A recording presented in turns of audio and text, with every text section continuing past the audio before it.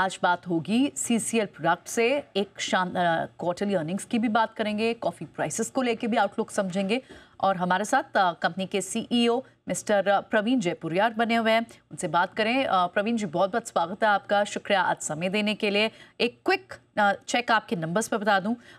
एक सीसीएल कहना गलत नहीं होगा अगर हम कहें कि CCL brews another stellar quarter. अच्छा नंबर क्वार्टर्स थे आपके, quarterly number, in fact 13 quarter high पे आपके रेवेन्यू थे।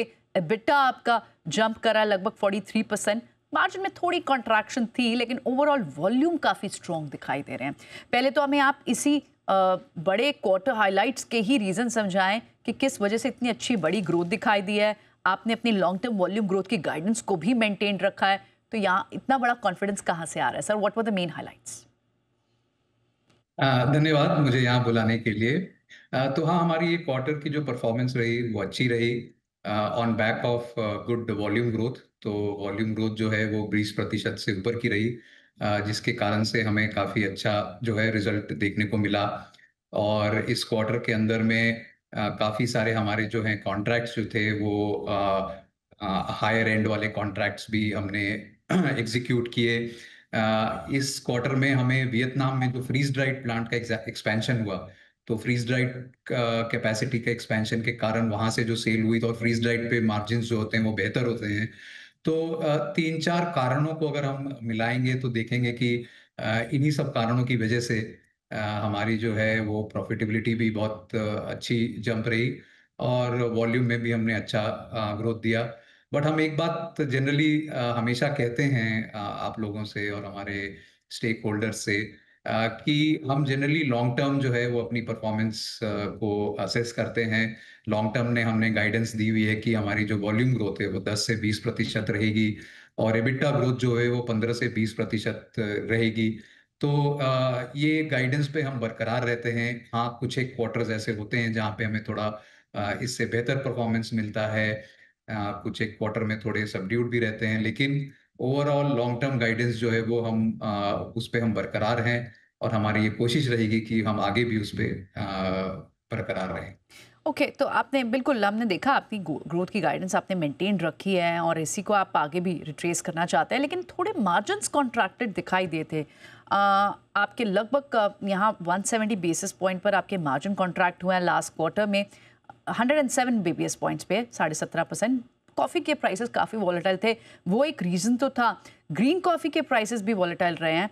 क्या ये बहुत हद तक ब्राज़ील की जो सप्लाई काफ़ी हद तक इम्पैक्टेड रह गया, वो एक रीज़न था?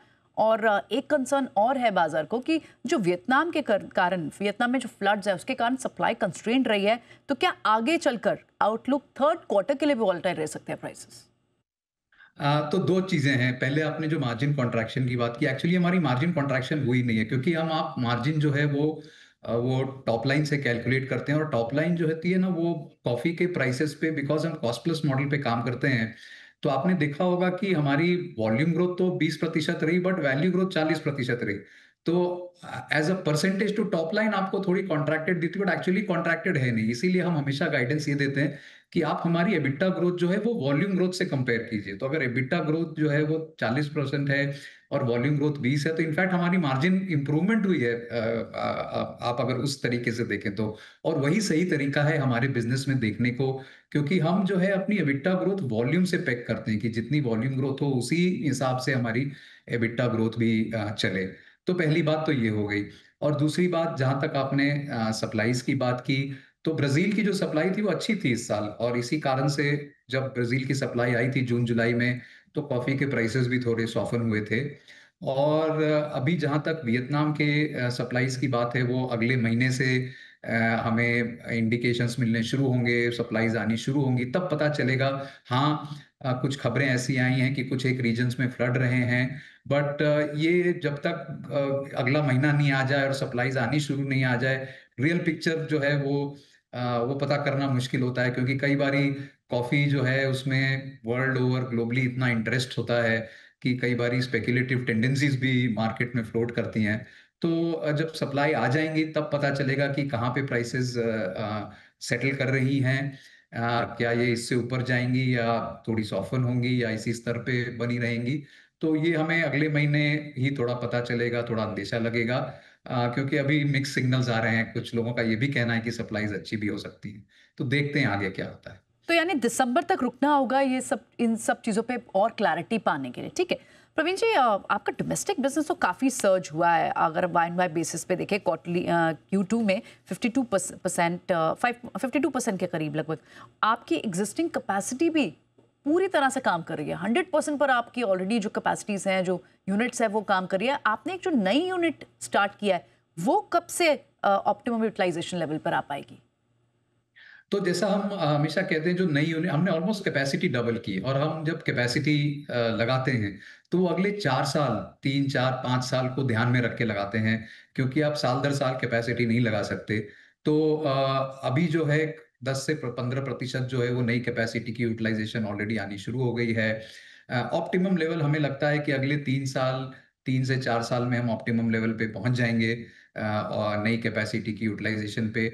और जैसा हमने गाइडेंस दिया था कि पहली साल 10 से 15%, फिर हम 30 से 35%, और फिर ऐसे हम एक एक करके कैपेसिटी फिल करेंगे। तो उसी दिशा में हम अग्रसर हैं, और हमने जो गाइडेंस दी हुई थी 10 से 20% वॉल्यूम ग्रोथ को, उसी को ध्यान में रखते हुए हमने अगले 3, 4, 5 साल के लिए जो है वो कैपेसिटी अपनी एनहांस की है। Okay, alright. एक और चीज़ आपसे समझना चाहेंगे प्रवीण जी कि बहुत ही अच्छा ट्रैक रिकॉर्ड भी रहा है कंपनी का, जिस तरह से अपने डेट लेवल्स को आप लगातार रिड्यूस कर रहे हैं। हमने देखा कि कहाँ पहले 12 मिलियन का, 1200 करोड़ का डेट था, जो कि अब डेट रिड्यूस होकर सिर्फ 400 करोड़ का रह गया है। क्या आगे चल के किस तरह की गाइडेंस दे सकते हैं? क्या ये डेट फ्री कंपनी कब तक बन सकती है? इस पर अगर आप कोई टाइमलाइन शेयर कर पाएँ, और द वे आप रिसीवेबल्स, अपने जो वर्किंग जो साइकिल है, रिसीवेबल साइकिल्स की जो डेज है उसे भी रिड्यूस करने पे जोर दे रहे हैं। हमें डेट लेवल्स कब तक जीरो हो पाएंगे या क्लोज टू जीरो हो पाएंगे, इसकी अगर कोई टाइमलाइन शेयर कर पाएँ आप। तो 2 चीज़ें, सबसे पहले तो थोड़े नंबर में करेक्शन कर दूँ। एक्चुअली अगर आप ग्रुप के लेवल पे देखेंगे हमारे, तो जो डेट लेवल्स थे वो पिछली साल जो थे हाईएस्ट लेवल पे पहुँचे थे, करीब 1900 करोड़। वो अब घट के है 1550 करोड़ के आसपास पहुँचे हैं। और लास्ट ईयर भी हमने कहा था कि डेट में हमारी लगातार जैसे-जैसे कैपेसिटी यूटिलाइजेशन होती जाएगी, कि फ्री कैश फ्लो जनरेट होता जाएगा, डेट जो है हमारी कम होती जाएगी। डेट जो है हमारे 2 तरीके के हैं, एक है वर्किंग कैपिटल डेट, और एक है लॉन्ग टर्म, जो हमने कैपेसिटी एक्सपेंशन के लिए डेट लिया था। तो जैसे-जैसे कैपेसिटी यूटिलाइजेशन हो रही है, जैसे-जैसे हमारी कैश फ्लो आ रही हैं, तो ये डेट लेवल्स कम होते जाएँगे, और इस साल हमें लगता है साल के अंत तक 200-300 करोड़ और कम हो जाएगा डेट लेवल्स। और जो वर्किंग कैपिटल डेट है, चूँकि हम कन्फर्म्ड कॉन्ट्रैक्ट के ऊपर ही अपनी बाइंग करते हैं, तो जो सारी वर्किंग कैपिटल डेट है वो कन्फर्म्ड कॉन्ट्रैक्ट के लिए, हम कुछ भी स्पेक्युलेटिव बाइंग के लिए डेट नहीं लेते, कन्फर्म्ड कॉन्ट्रैक्ट्स के लिए ही डेट लेते हैं। तो वो भी जो डेट है वो, मतलब हमारी लैंग्वेज में हम इसको कहते हैं बहुत सेफ डेट है, मतलब उसमें कोई उसकी बात नहीं है कि हमने किसी अनकन्फर्म्ड ऑर्डर के लिए या स्पेक्युलेटिव बाइंग के लिए डेट लिया है। तो ज़ीरो डेट वो देखना पड़ेगा, क्योंकि वर्किंग कैपिटल डेट तो हमारा कुछ ना कुछ लेवल पे बना रहता है।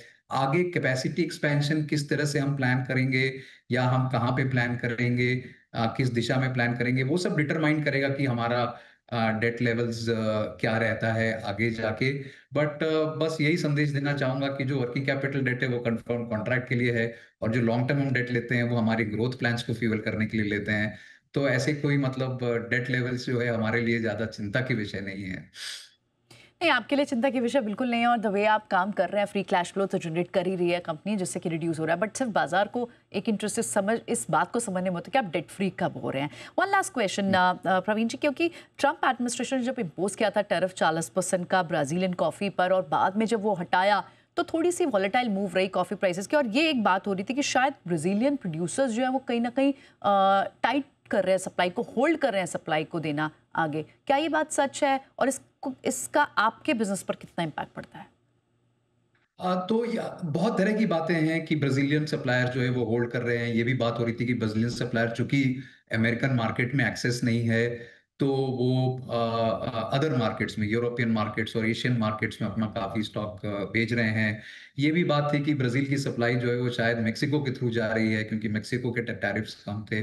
तो तरह तरह की बातें हैं। ये बड़ा इसका कयास ये लगाना कि एक्चुअल में क्या हो रहा है बहुत ही मुश्किल था। और कॉफी के प्राइसेस वैसे भी अप डाउन हो रहे थे, तो ये भी कहना कि क्या ये अप डाउन जो है, ये वॉलेटिलिटी जो है, ये टैरिफ के कारण है या ये सप्लाई इश्यूज़ के कारण है, ये भी कहना बड़ा मुश्किल हो रहा था। जहाँ तक हमारी बात है, हमें कोई ख़ास फ़र्क नहीं पड़ा क्योंकि जब इंडिया की टैरिफ बढ़ाई उन्होंने 25 से 50% की, तो हमारे पास वियतनाम भी है, हमारा मैन्युफैक्चरिंग हब, तो हमने वहाँ से सप्लाई जो है यूएस को शुरू की क्योंकि वहाँ पे टैरिफ जो था वो कम था, वो 20% के आसपास था।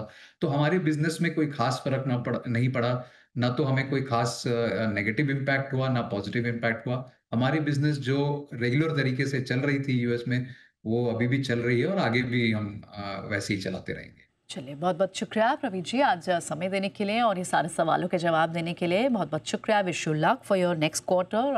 आपसे नंबर्स, क्वार्टरली और नंबर्स के बाद फिर बात होती है।